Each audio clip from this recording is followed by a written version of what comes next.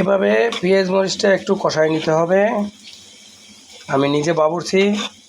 তারপর একটু বাদামি কালার হলে একটু লবণ দেব, তারপর পেঁয়াজ মরিচ দেবো। ওটা আমি দেখাচ্ছি, একটু লাইনে থাকেন।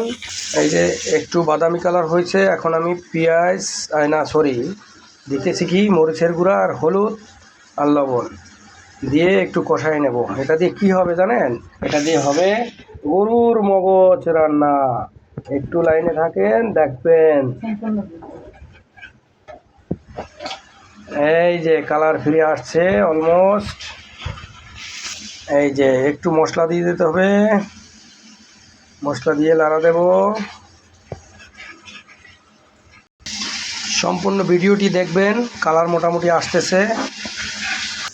এই যে এখন গরুর মগজ ছেড়ে দিলাম।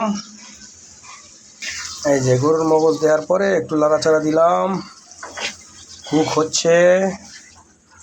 সম্পূর্ণ ভিডিও দেখার জন্য ধন্যবাদ রবে। আপনারা সবাই সম্পূর্ণ ভিডিও দেখবেন। এখন সম্পূর্ণ ঢাকনাটা দিয়ে রাখবো একটু সেদ্ধ হওয়ার জন্য। এই মোটামুটি আমরা একটু কষাই নিলাম ভালো করে। এখন একটু পানি দিতে হবে হালকা করে। এই যে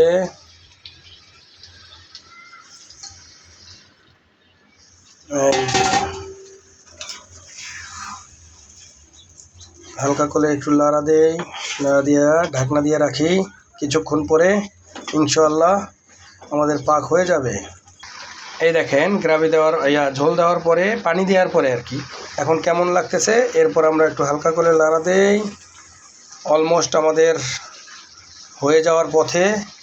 আপনারা সম্পূর্ণ ভিডিও দেখবেন আশা করি। অলমোস্ট হয়ে গেছে, দেখেন তো অলমোস্ট কমপ্লিট গরুর মজক রান্না। আপনাদের কাছে কেমন লাগতেছে, রেসিপিটা কেমন লাগতেছে একটু বললেন। এই যে আমাদের পাকটা হয়ে গেল, অনেক সুন্দর হয়েছে আমার কাছে। আপনাদের কাছে কেমন হয়েছে জানাবেন।